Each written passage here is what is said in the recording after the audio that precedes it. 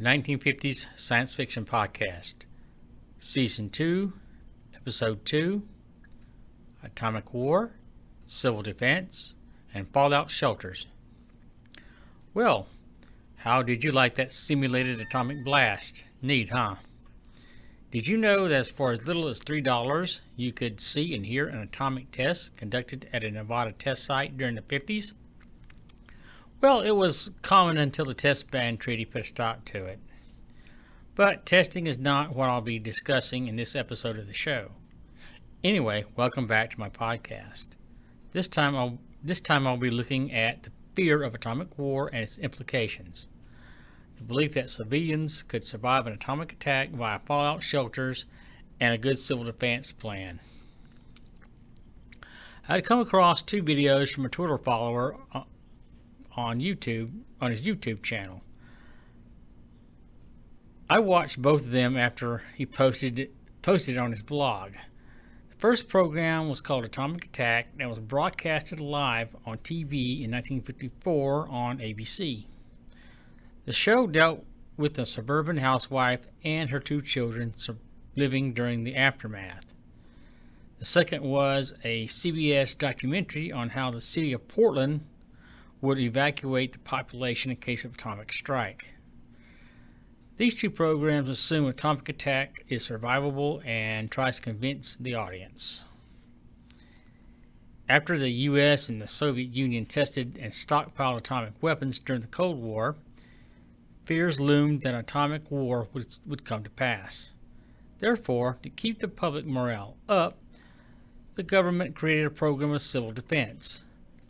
The program instituted a warning system and public fallout shelters to protect citizens against atomic attacks. In the school system, children practiced duck and cover drills just like the other drills required by the school system, such as fire drills, tornado drills, etc. Civil defense was very prevalent in the 50s. However, in the following decades, the program would fall out of favor. The policy of MAD, mutual assured destruction, overrides anything civil defense could do. It stated that atomic war was unwinnable and there would not be enough time to evacuate the population in case of attack. As I mentioned earlier, I watched the two programs on YouTube. The channel belongs to a podcaster going by the name of MegaDude. His YouTube channel is full of various post-apocalyptic videos that date back to the Cold War era. Also included are his podcast videos as well. His channel is worth checking out. MegaDude can be followed on Twitter at postapocalyptic, on the web at defcon1.net. Now on to my review.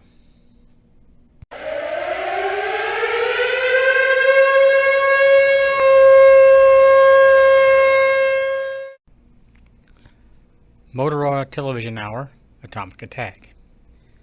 Atomic Attack was a 1-hour live TV broadcast sponsored by Motorola.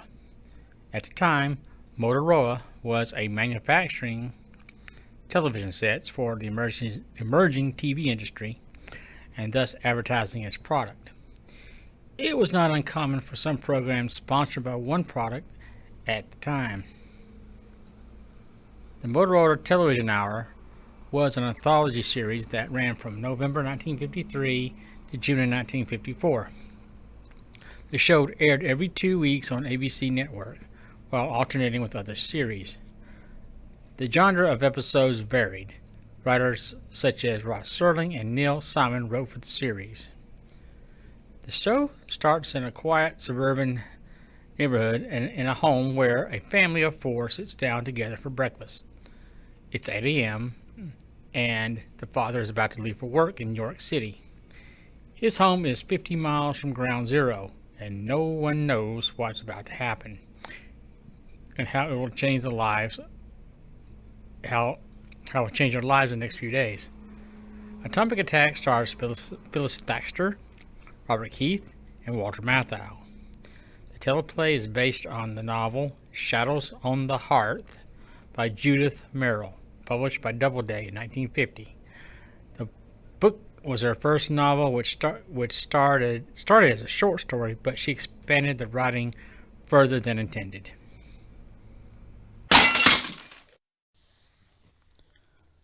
The war starts.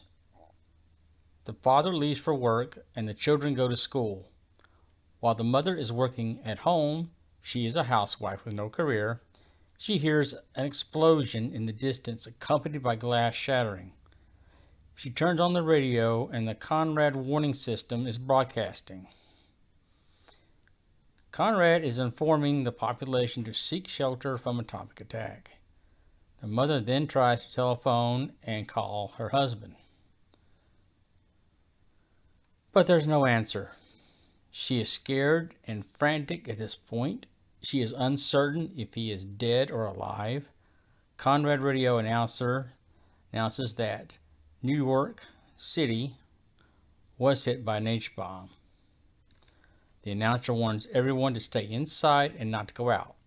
Within the next few hours, the two children return home from school.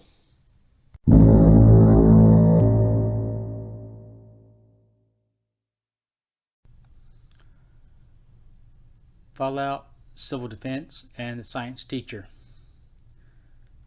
Not long after the children come home, there's a knock on the back door, and the man introduces himself as the science teacher from her daughter's school. He is concerned about the radiation exposure that the younger daughter may have received. However, the conversation is interrupted by a knock on the front door.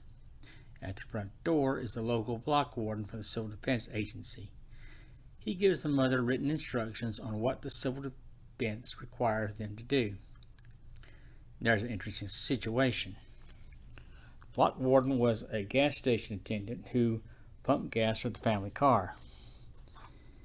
He says before he leaves that just last week he was asking regular or high test. Back in the 50s, gas station attendants pumped gas and checked the oil in cars for customers. The science teacher is concerned about the youngest child's white blood cell count.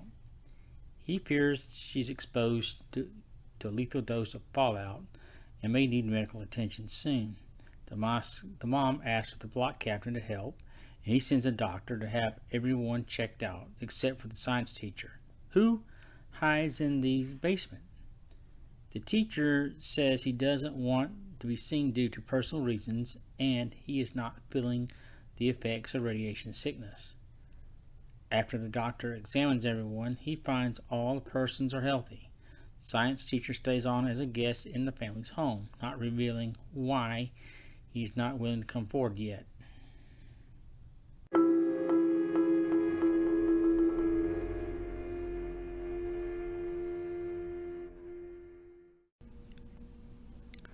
Unexpected guests and a sick girl.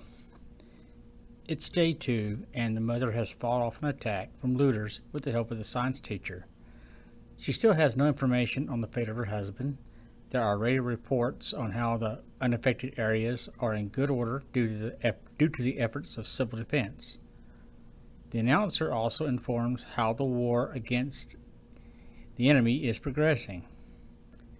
If things weren't bad enough, it gets even worse for the mother.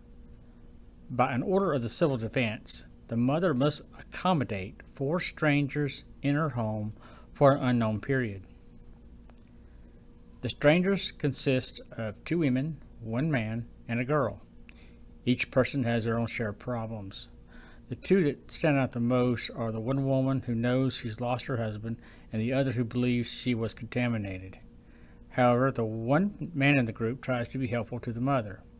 He finds some lamps in the attic while he rummages through their belongings.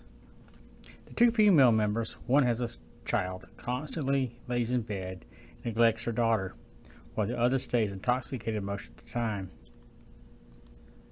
This is a lot for the mom to take in, especially when she doesn't know the fate of her husband. To make matters worse, her youngest daughter is showing signs of sickness. She gets tired frequently, and her hair is falling out. The teacher decides to check their white blood count and determines that it's low. She then calls for the block captain to help, and her daughter is admitted to the hospital and is diagnosed with radiation sickness.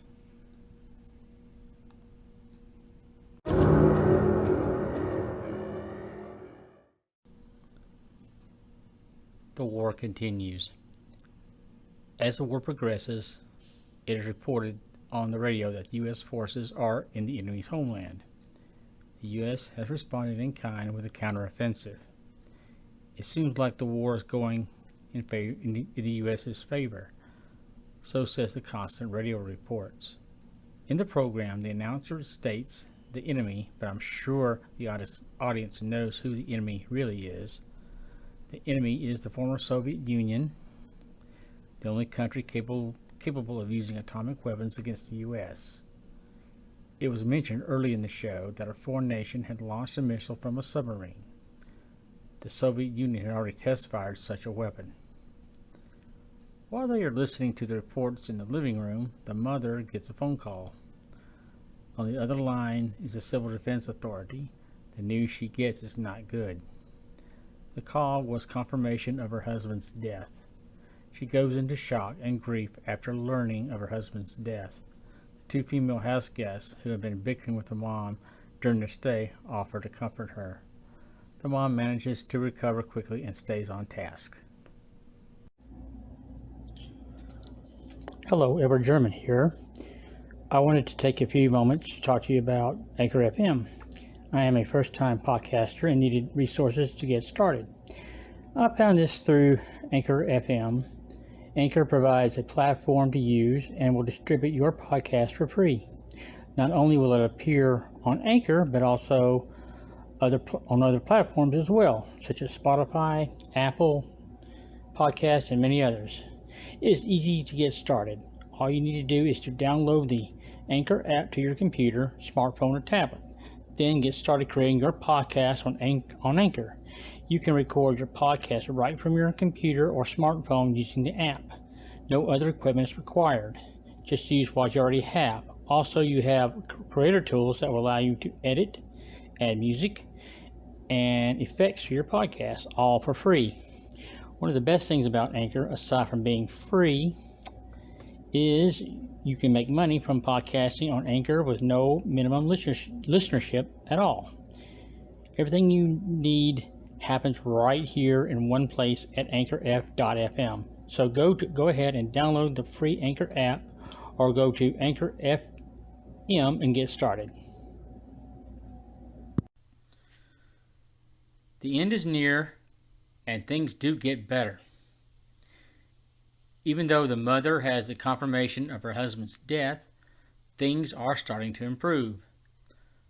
First, the science teacher decides to come out of hiding and aids the Civil Defense Council. He had previously stated that he was an atomic scientist who had worked on weapons projects. He had changed his name and changed jobs to avoid detection from the government. He had grown unhappy while working on weapons projects. As it turned out, he was the very person the council had needed. His expertise proves valuable for medical treatments the Civil Defense Agency needs. Then all the guests leave one by one after the Civil Defense Agency finds homes for the survivors. They all express gratitude to the mom despite the hardships she faced. Next, the youngest daughter is allowed to return home after successful medical treatment. She is much better now and no longer shows signs of radiation sickness. Finally, the war is declared over with the U.S. defeating its enemy. Over the radio, the U.S. forces achieved total victory over the foreign aggressors, as announced by the news anchor. Upon hearing the announcement, the science teacher decides to stay on with the mom and her two daughters.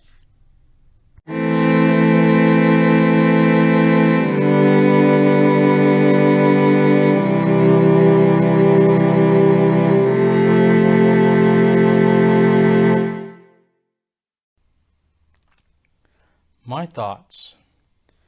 I did enjoy watching this program, a well-acted melodrama of the period. Since it was a live program, It had a limited number of sets and had to be well timed.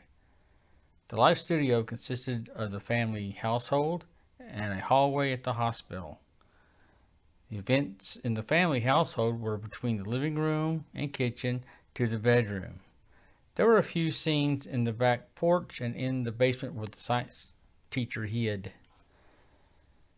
I was unfamiliar with most of the cast members, with one exception. The civil defense doctor, played by Walter Matthau, was the best known actor in the show. However, all of the players did excellent performances in their roles. The program conveys a tense atmosphere and a sense of uncertainty. However, adversity gets negated by assurances of the civil defense agencies. In this era, the American people followed and trusted their government. It was before Watergate scandal and the Vietnam War and government conspiracy theories. It was a time when people trusted the government and the government would take care of the population no matter what happened. The government was true to its word since the country had just survived the Second World War and the Great Depression. Overall, the show expresses a spirit of hope and triumphs against the backdrop of atomic warfare.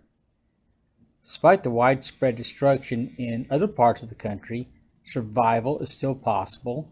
It becomes possible by well-planned civil defense protocol preparations and individual cooperation.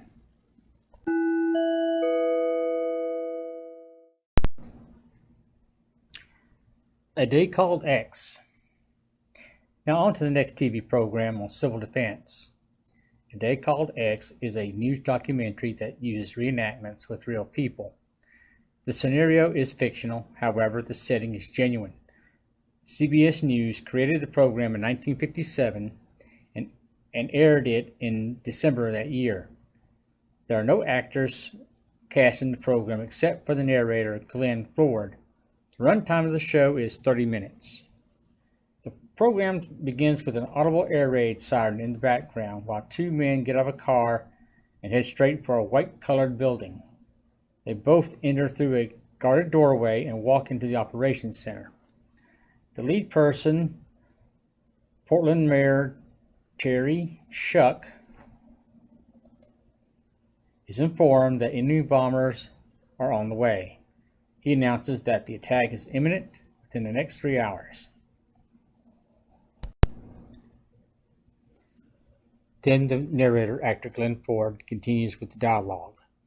He introduces the city of Portland and describes the day-to-day lives of actual Portland residents. A paperboy, a longshoreman, and a housewife. Yes, another housewife, whose lives may be affected. The program then cuts to a city council meeting where the mayor becomes informed of the incoming bombers. He orders an evacuation of the city. The Civil Defense Agency becomes mobilized and an evacuation plan comes to life. The evacuation includes schools, hospitals, and most of the population of the city. However, public workers must stay behind. They are needed for the function of the community and will take shelter when the time comes. The program shows how an orderly evacuation by civil defense protocols, directed by the Operations Center, keeps order within the city. Traffic gets diverted to routes using green lights only, and pedestrians get rides from evacuating motorists. Mr. Ford explains how a civil defense exercise conducted 2 years before managed to evacuate most of the city within 34 minutes. Conrad Radio is constantly on the air giving updates and instructing the population on where to go during the crisis. The fire department readies themselves by covering their equipment to protect against the blast. The operation room is constantly active with reports from other departments. The narrator points out that the residents voted for a tax for civil defense measures. Also, the city council made provisions for the continuity of government should the atomic blast occur.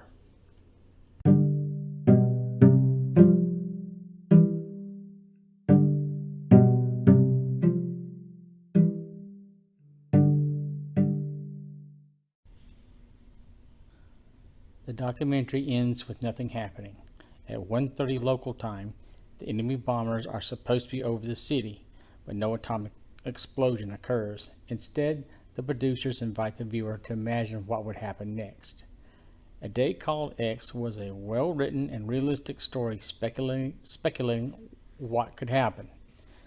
Again, I think the producers wanted to drive home the belief that civil defense was paramount for the survival in case of an atomic attack.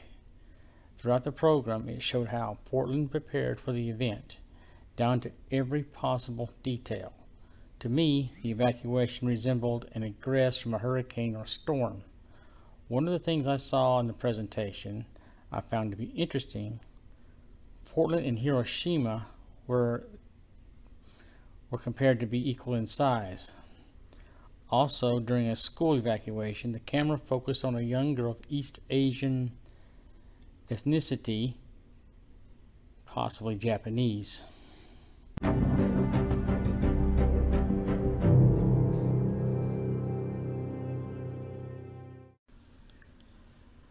Well, that's all for this podcast episode. This one has been one of my longest episodes so far. I hope it has kept you interested in the topic that I have just discussed.